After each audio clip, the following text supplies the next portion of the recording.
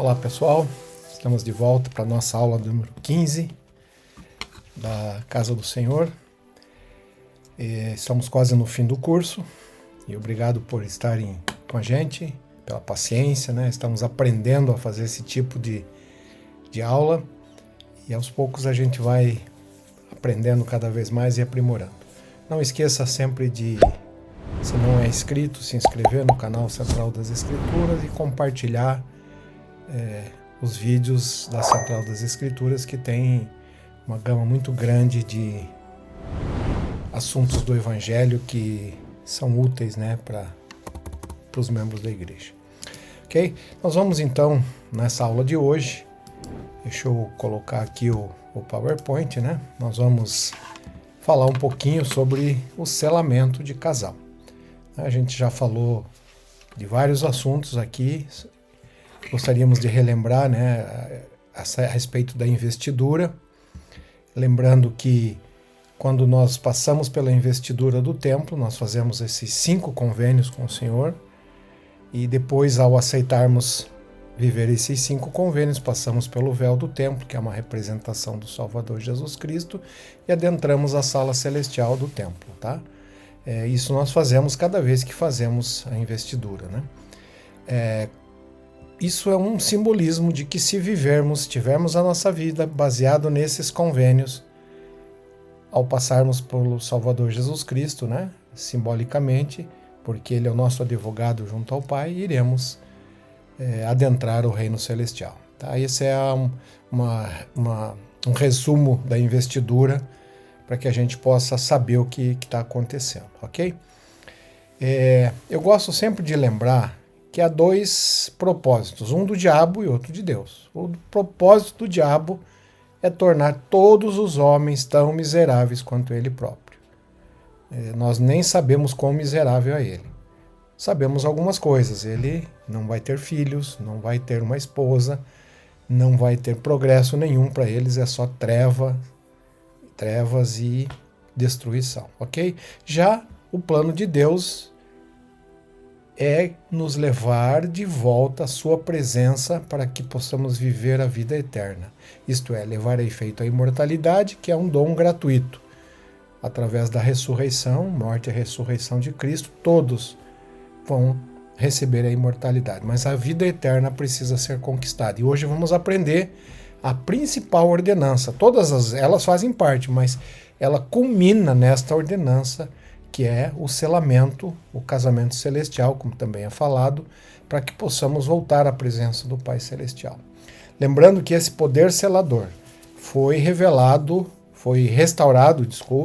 pelo profeta Elias. O profeta Elias é aquele que subiu numa carruagem de fogo, né? Não provou a morte, ele foi transladado justamente para poder restaurar essas chaves a Pedro, Tiago e João no Monte da Transfiguração, e também, claro, restaurada ao profeta Joseph Smith, lá em Kirtland. Nós vamos falar mais sobre isso também na aula que vem, quando falamos do selamento de pais e filhos.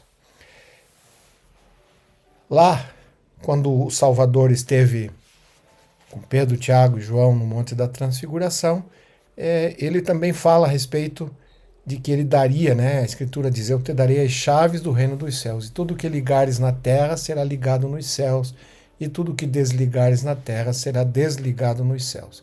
Esse é, efetivamente, a essência do poder selador.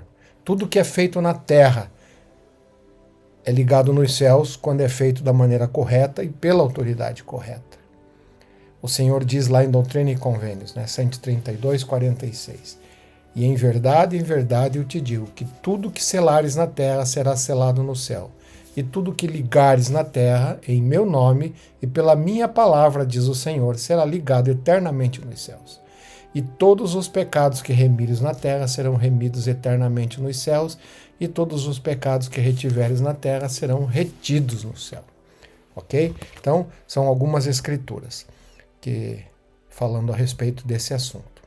Então, o casamento celestial, que é o nosso assunto de hoje, né, é realizado no templo, numa sala específica, que a maioria de nós que já foi ao templo sabe, conhece essa sala de selamento, onde temos um altar e ali são realizados esses selamentos, ok? Antes de entrar efetivamente no casamento celestial, eu gostaria de relembrar alguns conceitos simples que são vitais para a felicidade no casamento. O primeiro deles, não existe um cônjuge perfeito. Se existisse, ele não queria estar com a gente, porque nós não somos perfeitos. O casamento, ele se constrói no dia a dia, ele não vem pronto. Não é uma fórmula pronta, ele se constrói no dia a dia. Terceiro, ter uma perspectiva eterna ajuda muito. E qual é essa perspectiva eterna? As Escrituras nos dão essa perspectiva eterna, dizendo que lá no reino celestial, na glória celestial, há 3 céus ou graus.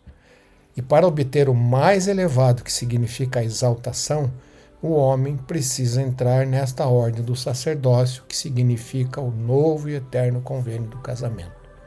E se não o fizer, não poderá obtê-lo. Poderá entrar em outro reino, claro, mas esse será o fim do seu reino, e ele não poderá ter descendência.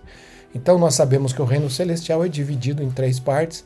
Nós sabemos que a parte mais elevada é a exaltação.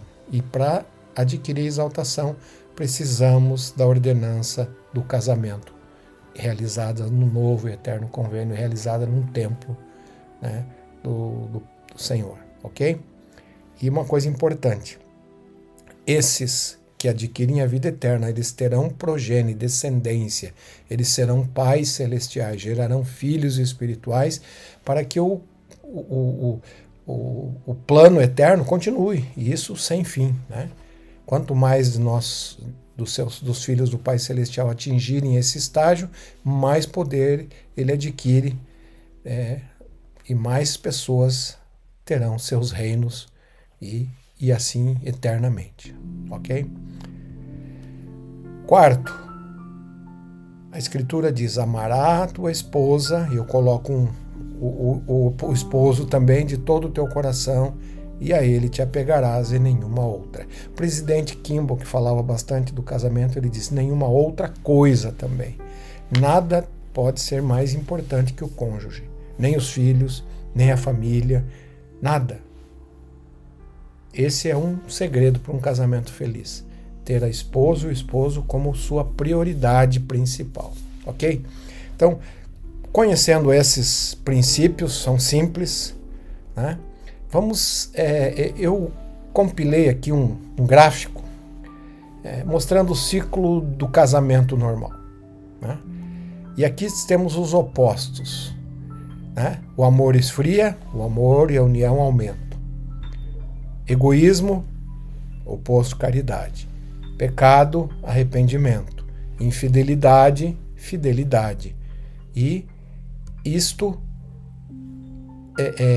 é um casamento, como eu vou falar aqui na frente, celestial.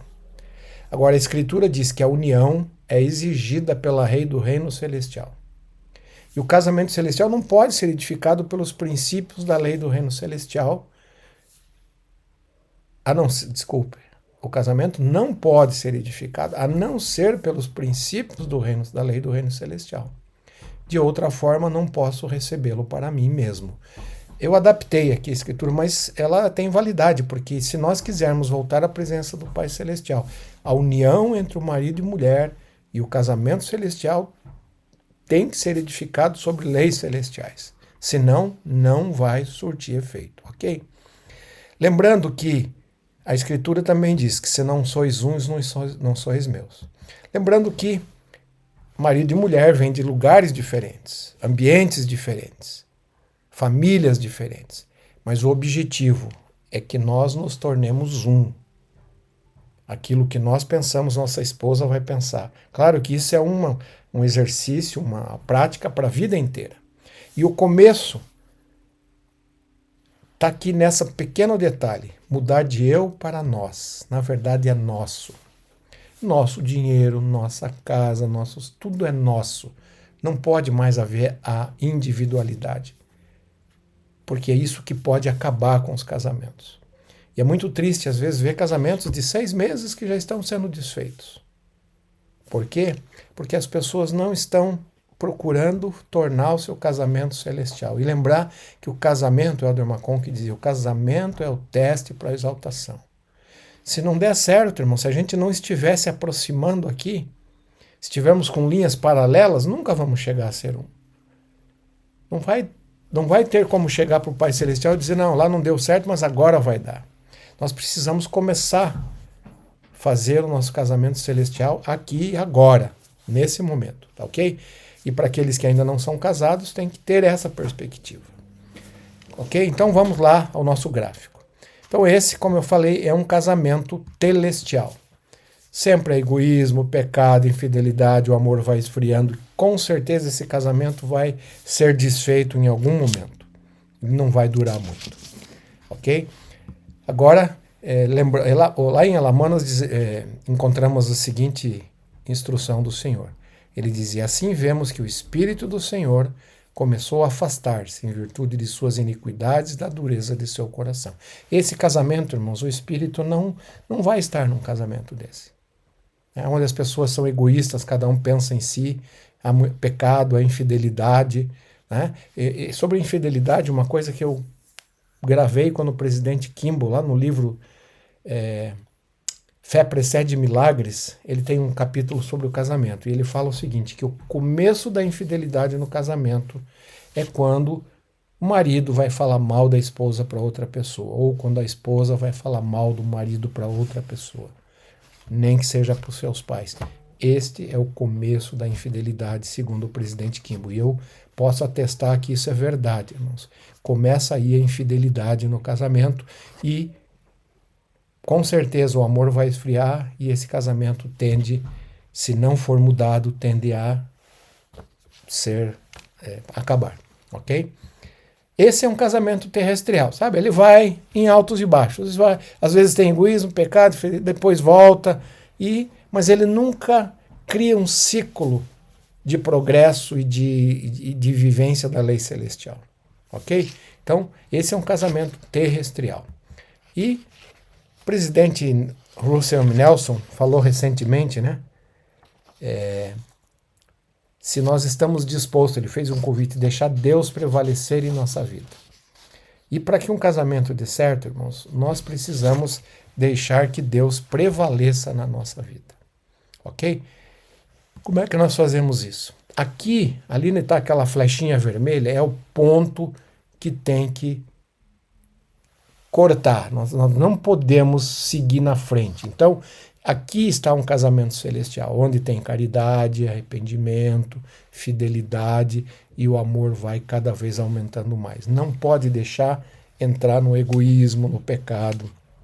Então, esse é um casamento celestial. Essa é a nossa meta, tornar o nosso casamento celestial. E se vocês querem uma chave para isso, algumas aquelas 4 já dei. As outras, irmãos, é viver os 5 convênios do templo. Se nós estivermos dispostos a viver aqueles 5 convênios também dentro do casamento, o nosso casamento vai ser um casamento que vai se aproximando do celestial. E claro, um dia ele vai se tornar realmente um casamento celestial e nós poderemos obter a nossa exaltação no reino do Pai Celestial, ok? Então, lembra, esse é o casamento celestial. E Elamã então complementa, e assim vemos que o Senhor começou a derramar seu Espírito em virtude da facilidade e empenho que mostravam em crer em suas palavras. Então esse é um casamento, irmãos, onde o Espírito vai estar presente. O Espírito vai edificar esse casamento mais e mais a cada vez, ok? Então, lá em Elamã ainda diz, não obstante, jejuavam e oravam frequentemente, e tornavam-se cada vez mais fortes, cada vez mais firmes na fé em Cristo, enchendo a alma de alegria e consolo, sim, purificando e santificando o coração. Santificação essa resultante da entrega do seu coração a Deus. Deixe que Deus prevaleça na sua vida. Eu sempre, quando faço um selamento no templo de vivos, eu falo para os jovens, coloquem, para as pessoas que estão se casando, coloquem a expiação, o Salvador Jesus Cristo no centro do seu casamento. E eu até explico o seguinte, o Salvador Jesus Cristo, né, a gente aprende isso lá de Alma, ele viveu todas as coisas na carne, a Escritura diz, para que saiba segundo a carne, lá em Alma 7:11, né, saiba segundo a carne como socorrer. Ele já viveu todos os tipos de dificuldades, doenças, tristezas, traições, tudo ele viveu.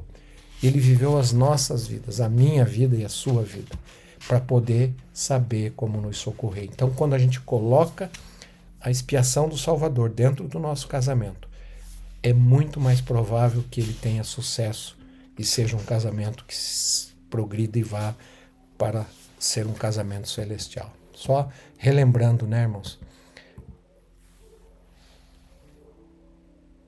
Que o casamento realizado no templo, que significa o novo e eterno do casamento, né, do convênio do casamento, é um convênio também, que nós fazemos com a esposa, com o esposo e com o Pai Celestial. E ao atingirmos a exaltação, a vida eterna, nós poderemos gerar descendência, vamos ser pais celestiais, como eu já falei recentemente, ok?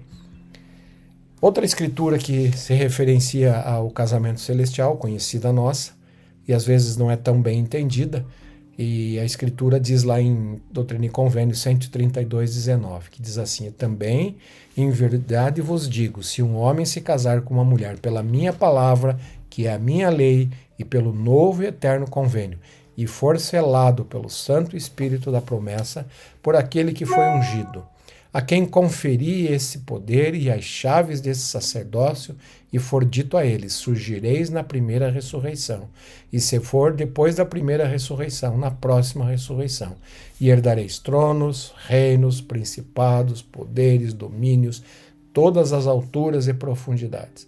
E se guardarem meu convênio, ser-lhes afeito de acordo com todas as coisas que meu servo disse, nesta vida e por toda a eternidade. E estará em pleno vigor quando estiverem fora do mundo, e passarão pelos anjos e pelos deuses ali colocados, rumo à sua exaltação e glória em todas as coisas, conforme selado sobre sua cabeça. Glória é essa que será uma plenitude e uma continuação das sementes para todos sempre. São promessas grandiosas que é feito aqui quando nós cumprimos com o convênio, os convênios do templo e os convênios do selamento, ok? Nós já vamos falar daqui a pouquinho sobre ser selado, né, pelo Santo Espírito da promessa.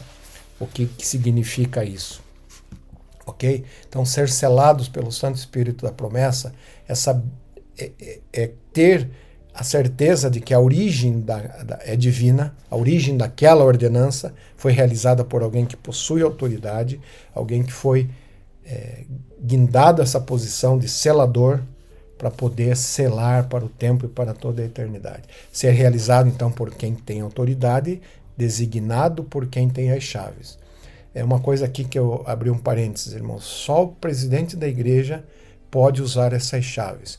Qualquer selador do templo, quando é designado, é dito a ele que ele está sendo designado pelas chaves do presidente da igreja. É citado nominalmente o presidente que está em exercício naquela época. Outra coisa importante, é um poder tão sagrado, tão importante, que ele não é feito assim, é dado a muitas pessoas. Cada templo tem um limite, tem um número limite de seladores que pode ter. Tá? Tem algumas exceções, como, por exemplo, os ex-presidentes de templo não contam neste número. Então, cada templo tem um número designado de seladores, e não pode ter mais que aquele número designado, porque é um poder sagrado que é poucas pessoas que detêm esse poder no mundo hoje, ok? Outra coisa, precisa receber o selo do Espírito Santo da promessa. O que é isso? É o Espírito Santo que não pode ser enganado e deve atestar que aquele que busca essa bênção prometida vive de acordo com os termos do convênio feito.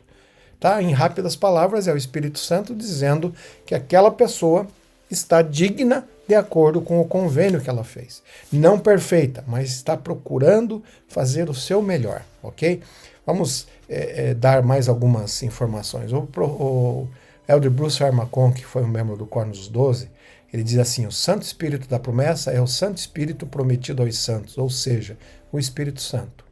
Esse nome título é usado em relação ao poder de selamento e confirmação do Espírito Santo, ou seja, o poder que lhe foi dado para ratificar e aprovar as ações justas dos homens, para que esses atos sejam válidos na terra e no céu.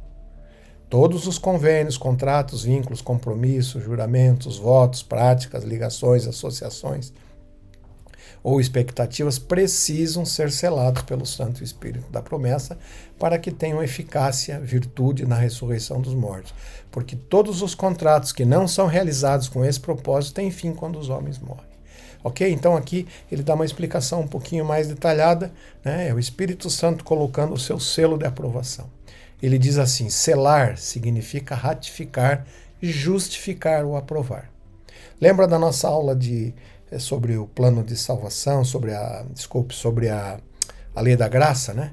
O Espírito que nos justifica, dizendo que nós, de acordo com o nosso entendimento, de acordo com o nosso conhecimento, nós estamos fazendo o nosso melhor. Então ele coloca o seu selo de aprovação e nós somos então justificados.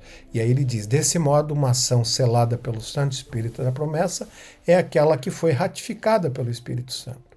É uma ação que foi aprovada pelo Senhor. E a pessoa que tomou sobre si essa obrigação é justificada pelo Espírito no que fez. Eles são selados pelo Santo Espírito da promessa que o Pai derrama sobre todos os que são justos e fiéis. Se a pessoa não é justa, verdadeira e digna, o selo ratificador é retido. Quando uma ordenança ou contrato é selado pelo Espírito, ele é aprovado com uma promessa de recompensa, desde que a iniquidade não quebre o selo posteriormente, removendo a aprovação ratificadora e causando a perda da bênção prometida. Ok? Uma pessoa indigna que não se arrependeu não será selado pelo Santo Espírito. Não será ratificada pelo Espírito Santo. A pessoa indigna não será justificada pelo Espírito em suas ações. Se mais tarde ela vier a tornar-se digna por meio do arrependimento e da obediência, o selo válido será novamente colocado sobre ela e ela passará a ser digna. Portanto, se ambos forem justos e fiéis, se forem dignos, um selo confirmador é colocado em seu casamento no templo.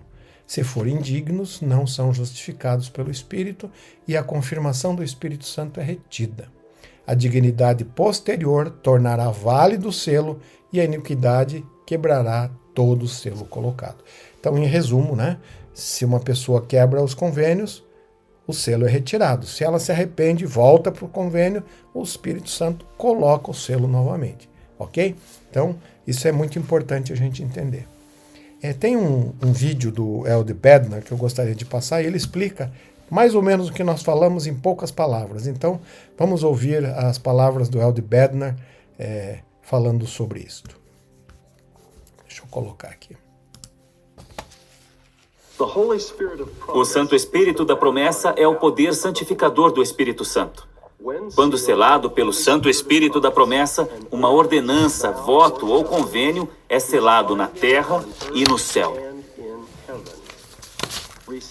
Receber esse selo de aprovação do Espírito Santo é resultado de fidelidade, integridade e constância em honrar os convênios do Evangelho com o correr do tempo. Contudo, esse selo pode ser retirado devido à iniquidade e transgressões. Ser purificado e selado pelo Santo Espírito da promessa constitui os passos culminantes no processo de nascer de novo.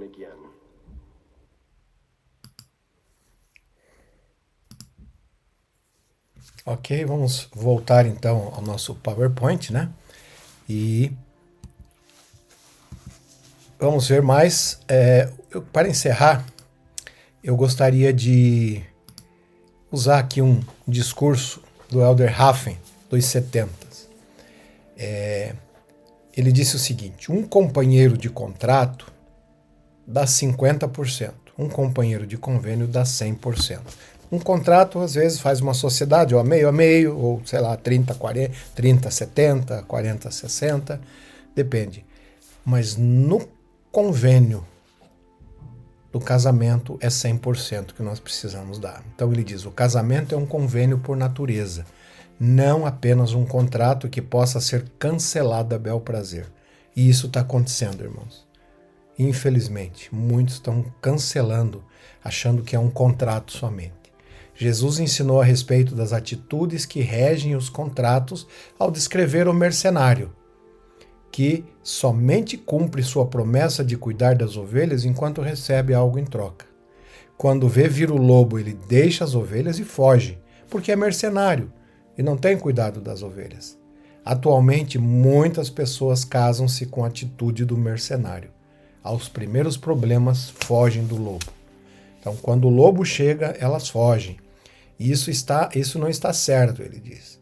É algo que está amaldiçoando a terra e afastando os pais dos filhos e separando os casais. Contudo, casar-se e ter filhos pode ser uma das mais valiosas experiências religiosas da vida. O convênio do casamento requer uma fé absoluta. As pessoas devem cumprir os seus convênios sem saber quais serão os riscos que terão que enfrentar. Devem entregar-se incondicionalmente, obedecendo a Deus e santificando-se um pelo outro, sacrificando-se um pelo outro. Desse modo, descobrirão o que a alma chamou de incomensurável alegria. Naturalmente, alguns não terão a oportunidade de casar-se, e há divórcios que são inevitáveis. Mas no final, o Senhor compensará seus filhos que tenham sido fiéis, mas que não tenham recebido todas as bênçãos da mortalidade. Ninguém, irmãos, perderá as suas recompensas se for fiel. Ok? E aí ele diz assim, todo casamento é constantemente posto à prova por 3 tipos de lobo. O primeiro lobo é a adversidade natural, aquelas da vida, que faz parte da nossa vida. Não tem como evitá-las. O segundo lobo é atestar-nos são as nossas próprias imperfeições. O presidente Kimball também dizia que nós precisávamos abrir os olhos antes e fechar depois. Abrir bem os olhos antes do casamento e depois fechar para as imperfeições. O terceiro lobo, que talvez o mais que ataca mais hoje em dia, é o individualismo excessivo, que tanto difunde em nossos dias a atitude de contrato. Claro que é óbvio que os cônjuges devem respeitar as características individuais um do outro e que os membros da família não são escravos nem objetos inanimados. Vivemos uma época em que os laços entre as pessoas estão desaparecendo. Então, cuidado com o individualismo. Lembra daquela escritura, amar a esposa ou esposo de todo o coração e a ele se apegar e nenhum outro ou outra coisa. Né? Então, se nós colocamos isso como prioridade na nossa vida, dificilmente a gente vai entrar ser atingido por esse lobo, ok? Então, relembrando aqui, irmãos, o final aqui, esse é um casamento celestial, onde existe caridade, é o puro amor de Cristo. É só a gente buscar nas Escrituras o que é a caridade, não pensa mal, não se ensoberbece, né? Deseja o bem do outro. Depois o arrependimento, a gente precisa estar se arrependendo, arrependimento significa mudança, precisamos estar mudando no dia a dia, precisamos ser fiéis. Lembre que o começo da infidelidade, segundo o presidente Kimball, começa quando o marido vai falar mal da esposa para alguém, nem que seja para a mãe, para os pais, para ninguém, ou vice-versa, a esposa falar mal do marido, tá? E aí o amor e a união vão cada vez aumentando mais e não esfriando. E esse casamento ele vai entrar num ciclo de casamento celestial, quando Deus prevalece nas nossas vidas. Lembrando, irmãos, que aqueles 5 convênios que tem que estar na nossa mente e no coração.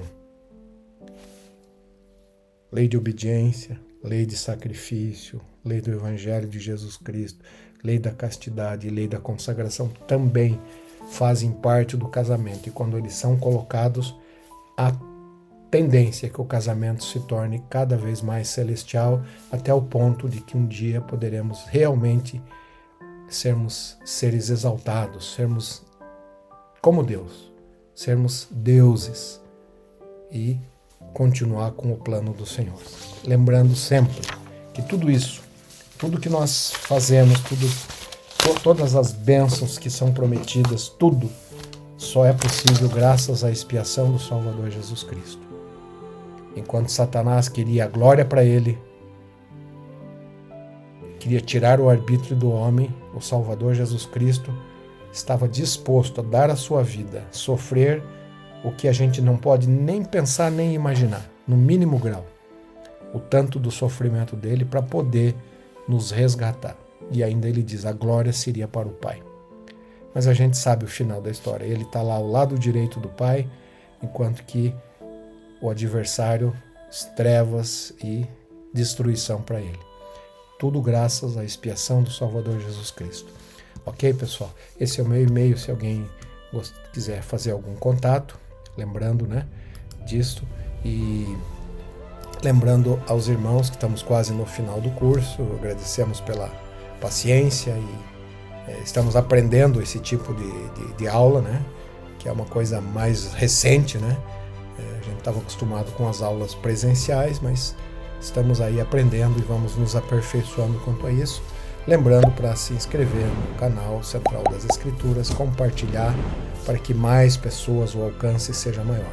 E nos vemos então semana que vem com o selamento de pais e filhos e outros assuntos. Obrigado e até a próxima.